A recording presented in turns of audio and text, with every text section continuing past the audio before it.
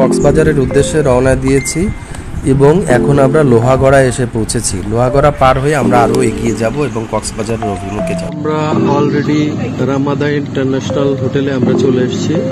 আমরা আমাদের গাড়িটা পার্ক করছি। এখান থেকে সমুদ্র দেখা যাচ্ছে।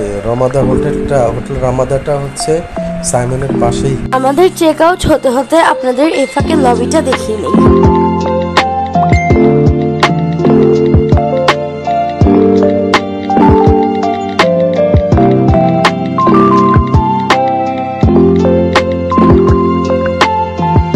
আমাদের রুমে ঢুকছি।